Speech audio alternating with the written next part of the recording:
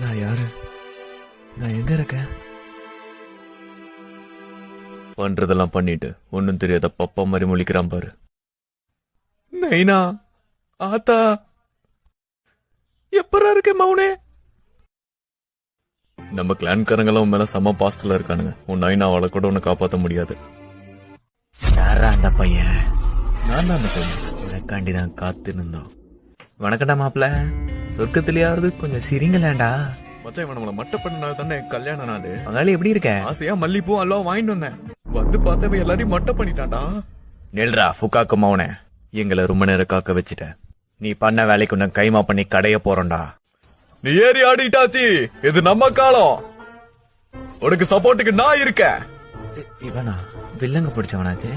அடி பொலி, அடி பொலி. நீ அவங்க சங்கல செஞ்ச சம்பவத்தை பார்த்து நான் உன்னோட பெரிய ஃபேன் ஆயிட்டாச்சி. இந்த ஆளு திருந்தவே மாட்டான் போல. நான் முன்ன சொன்ன மாதிரி தக்காளி எப்படி முளைச்சதுங்கிறதெல்லாம் முக்கியம் இல்ல, சமைச்சோமா சாப்பிட்டோமான்னு இருக்கணும். சரி, உன்னோட மௌன விட்டுறோம். அதுக்குன்னு மழுப்புறங்கிற பேர்ல மண்ணை சுட்டு ஏத்திட்டு இருக்காது, சரியா? இப்ப இதுக்கு யாரு பொறுப்பு ஏத்துக்கிறது? அடச்ச, அந்த சனிய சாஸ்கே கையிலேயே நான் சாகணும். அந்த உச்சிக்காக்கலான சேர்ந்தவனுக்கு மட்டும் என்கிட்ட கிடைச்சானுங்க, கும்மு கும்முன்னு கும்மி கண்டம் துட்டமா வெட்டி களைச்சு போட்டுருவேன். நாங்க என்ன சீட்டு கட்டா கழிச்சு போடுறதுக்கு? ஆமா, மல்லிப்பூ இவரு கொடுத்துட்டா அல்வாவி சேர்த்து கொடுத்துரு. அதெல்லாம் மாமா வாங்கிப்பாரு. இல்ல